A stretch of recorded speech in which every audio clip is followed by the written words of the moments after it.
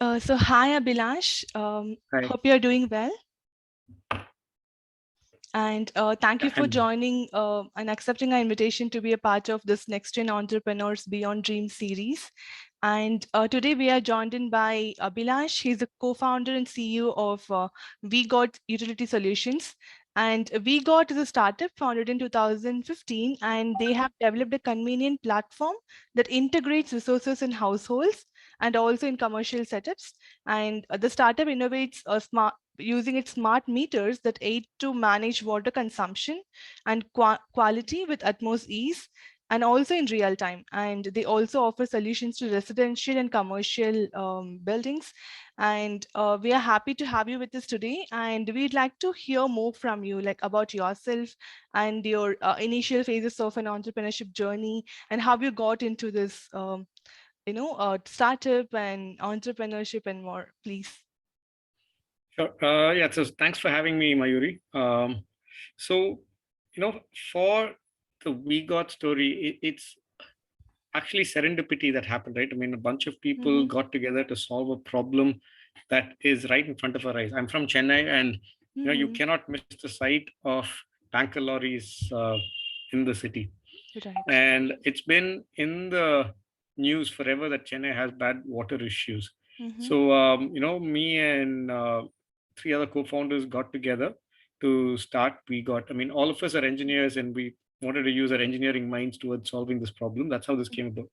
The very simple thought process and the premise behind the solution is that when you don't know how much you're using, when you Mm-hmm. don't have that data, it's very difficult to start saving water or any Mm-hmm. resource for that matter. Right. So we wanted to make this data accessible, and this will in turn raise the consciousness of people as far as the consumption of water is concerned. Mm-hmm. So that is how we started.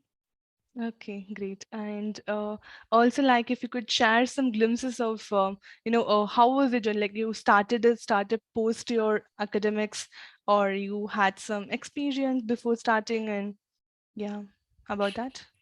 Yeah. So personally, for me, I went to college in America. I did my undergrad there, and then I worked for a few Mm-hmm. years over there. And then I moved back to work with my family business, which I Okay. did for about 4 5 years. So I had about 8 9 years of experience before I started. Mm-hmm. Very similar story with all my other co-founders as well. Okay. All of them had either gone abroad to study and worked somewhere, uh, Mm-hmm. or they've started something out very early in their careers as well. But Okay. all of us, when we started, had a individual work experience of about 8 9 years before we Mm-hmm. started up. Okay. And was it your peer group or, the co-founders, or how you people met or, ideated the startup? We knew each other, but we weren't like immediate friends.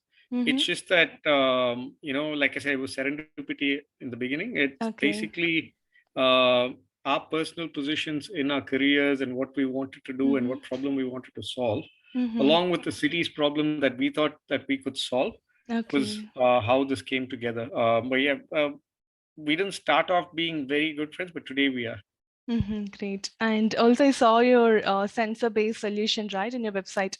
It's quite, impressive. Like, can you please say us about the working principle, like how it is, how it tracks real time, about your device itself, and where you connect it, and is it, possible? Should it be in the initial phase of the construction of the building, or you can, provide it in the existing infrastructure? So how it works? Mm-hmm. So the simple answer to this is it can be used both for greenfield, which is new buildings, and brownfield, which are existing buildings. Mm-hmm. I'll talk about how a device works as well. So Okay. normally a traditional water meter, how it works is water passes through it. You have a turbine that rotates, Mm-hmm. and based on the number of revolutions, there is a counter on top that tells you how many liters is passed through. Mm-hmm. But what actually happens is that in your plumbing lines, you have both water and you have air as well. Mm-hmm. So therefore, you get counted for both water or air, and the data Okay. is not accurate. The Mm-hmm. second challenge is when you close a tap, this pressure that's formed in water flows backwards, but the Okay. counter only moves in the forward direction. So Okay. what that Mm-hmm. means is every time water goes back and then goes back forward, you're getting counted multiple times for that same volume of water that you've already Mm-hmm. consumed. Mm-hmm. So again, your data is not accurate. And the third challenge is when you have very low flow, there is not enough velocity to turn the turbine. So low Mm-hmm. flow goes unnoticed, and again, your data is not accurate. So this is what we wanted to solve, and Mm-hmm. we solved this by using an ultrasonic device. An Okay. ultrasonic, as the word implies, uh, means you use speed of sound waves in a particular medium. Mm-hmm. I have the device here with me. So this is what it Okay. actually looks like. Mm-hmm. And how it works is we have two piezo elements. Think of it as a receiver and a transmitter. Mm-hmm. We know what the diameter of this pipe is. We know what the distance between these two elements are. We calculate Okay. the time difference in nanoseconds that it takes for water to go from point A to point B. Mm-hmm. And this will give you the exact volume of water going out. So Okay. with this, we've also eliminated all the other challenges that a traditional water meter comes with. Mm-hmm. And we're able to capture this information in real time because we use LoRa to communicate Mm-hmm. real-time information from the device to the cloud, and each user gets a mobile application to understand his or her readings and Mm-hmm. consumption patterns.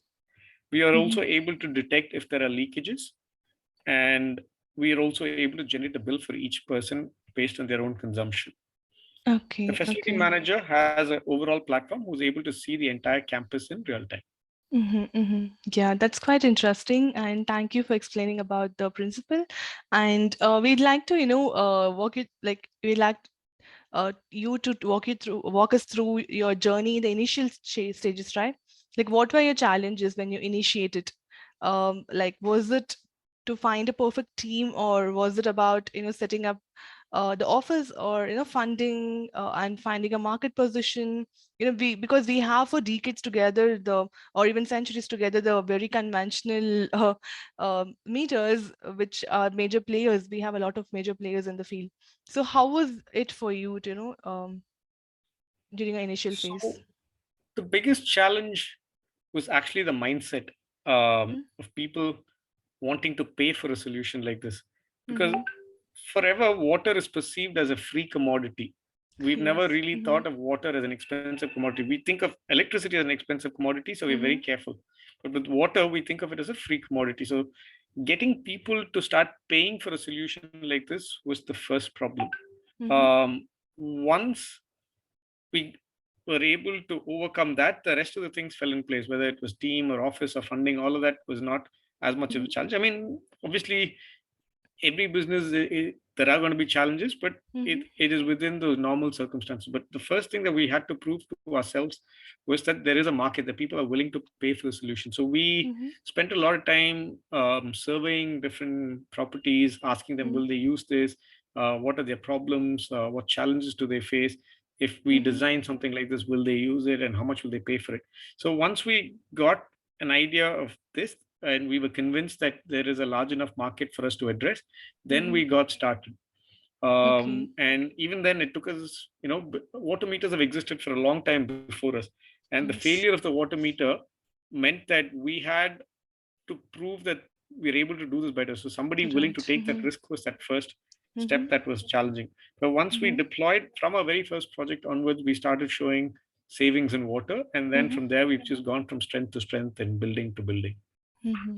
Great, yeah. So, and also like nowadays we have a boom of startups, IoT startups who are coming in for smart homes, which integrates and also remote control based, tapping and plumbing, remote controls and more. So, what is the difference? Would you say? But they are all sensor and knob based systems. So, what is your differentiation between your product and theirs, or is it much similar? No, so any IoT solution, no matter Mm-hmm. what, it's always going to be only two pieces. There is going to be a Mm-hmm. hardware that Yes. collects data, and there's going to be an application that takes this Mm-hmm. data and gives you real-time insights. Mm-hmm. It's either insights or actions that you can perform, True. right? Mm-hmm. So all IoT solutions, whether it's water, electricity, security, gas, anything, Mm-hmm. will be the same. For us, from a hardware perspective, we've built something that is Mm-hmm. um, I'll say substantially better than what existed to give the Okay. cleanest possible data. Mm-hmm. And on the application as well, we focus a lot on our user journey and the user's experience. Mm-hmm. Uh, because when something is not seen as a necessity, you have to get them to want to use the solution. So we spend a lot of Mm-hmm. time trying to get people to use Okay. the solution and and figure out exactly what they need and make sure we provide that. Mm-hmm, mm-hmm. Okay, okay. And also like in your page you mentioned about the quality of water, right? Like how do you track the quality? You have any pH sensors or I'm not sure like if you could explain on that. So the quality sensors are not something that is built by us. Mm-hmm. Uh, we use third-party devices for that. We are able to collect data. We have the ability to collect data from this third-party device and plug it into our platform. So you should think Okay. of us as a water management platform that tracks both water quantity and And quality. quality. Mm-hmm. Okay, great. And so I could see like in Chennai, there was always been water problems, right? And also like it's always the municipality or the corporate water which comes in, and like I'm saying about the the quantity, like quantity of people who depend on it, like that's more compared to the ones who have water supply in homes and more. So your market segment is much towards the infrastructure based ones, right? So So our segments typically, actually, anybody who uses water is a client, is a potential client. mm-hmm. We don't do B2C, meaning we don't do the individual Okay, homes. okay, okay. But all multi-tenanted apartment complexes, multi-tenanted Mm-hmm. commercial buildings, hotels, hospitals, industries, all of them are Okay. is a target audience. Mm-hmm, mm-hmm. Okay, and also coming to just to throw some light on the global pandemic. So we had this global pandemic, and for even like now we have some waves going on. And how was your company, tackled it? What was how was it your journey during the pandemic and till now? Was there a dip or what the market itself was that was it having a dip or was it not having any influence on the Mm, So, I mean, we are like any other company. We had our share of troubles during mm-hmm. COVID.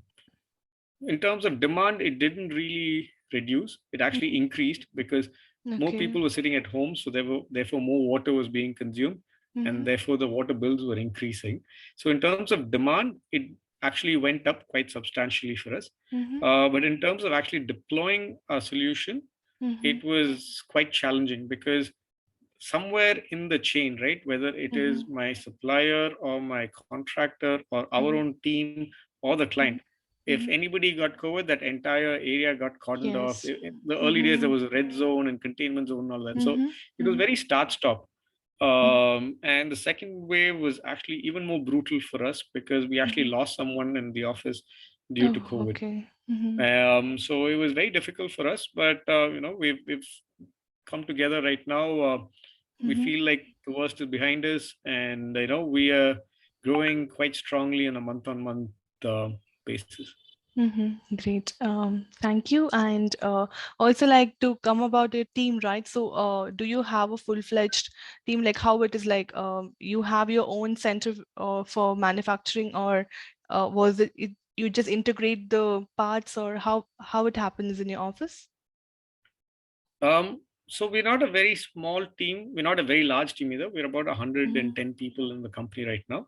As Mm-hmm. far as manufacturing is concerned, we don't actually manufacture. We give it out for contract manufacturing, but the Mm-hmm. entire design and IP is owned by WEGoT, and we Okay, do okay. constant R&D so that there's constant improvement in the device as well. Mm-hmm, mm-hmm. Great. Yeah. And also like what you'd say about the rewarding experience, the most rewarding experience you had throughout from 2015 till now in your startup journey? Any particular incident, or it could be any situation you tackled with the team or something like that? I mean, there have been several. I mean, it's been a challenging but yet Mm-hmm. exciting journey. Mm-hmm. And what's rewarding is the fact that we're using technology to actually make a difference. Right. Mm-hmm. Everybody wakes up. Yes, we have to make money. We are a for-profit company. Profits are important, but the work that we do also has a substantial impact on the environment and In a few years' time, it'll become mandatory, and the impact that we will create is going to be Yes. even larger. Mhm. But if you ask me highlights, I've actually got the opportunity to meet the Prime Minister 2 times, Mhm. which was very exciting. Mhm. And it happened because we run WEGoT. Okay. That was a highlight of the journey so far. Mhm. That's great, actually. And also, like coming to the pipeline of products, like now you have the water, like smart meters. Like in future, you would like to, expand the portfolio of products or what side? Yeah. Yeah, so we're not just a water metering company. We think of ourselves as a water management platform. The meter is one part of it. Like I said, we can add quality to it. There's several other aspects of water that we have built so far, and we're going to continue to build. But the name WEGoT itself is a play on the word IoT. It stands for water, electricity, gas of things. So on day one, our thought process was to create a platform which will help conserve these essential resources. So in a sense, like a sustainability super app. Mhm. And when we get to that point, we've built a platform which manages all three resources efficiently. We will add other sustainability solutions. So when we think of ourselves as a Mhm. platform where we're able to create a sustainable world. Okay, so like it's like managing the renewable sources resources, right? You covered most of the renewable resources and monitoring of the same. So that's great actually, and it's much needed in today's circumstances as we talk a lot about the greener solutions and also providing an alternate fuels and much more in the trend. And thank you Abilash for your time today and for sharing very insightful points and also about your startup. As the takeaway point, we'd like to have like from you to the youngsters and aspiring entrepreneurs, any 2 points from you from your experience. I'll say that entrepreneurship is not easy. So you have to Mhm. persevere and stay the course. And you put enough time and effort in, you are going to succeed. That's almost like a default end result if you stay the course. Mhm. Mhm. Yeah, thank you, Abhilash, for your time today, and really appreciate it. Right.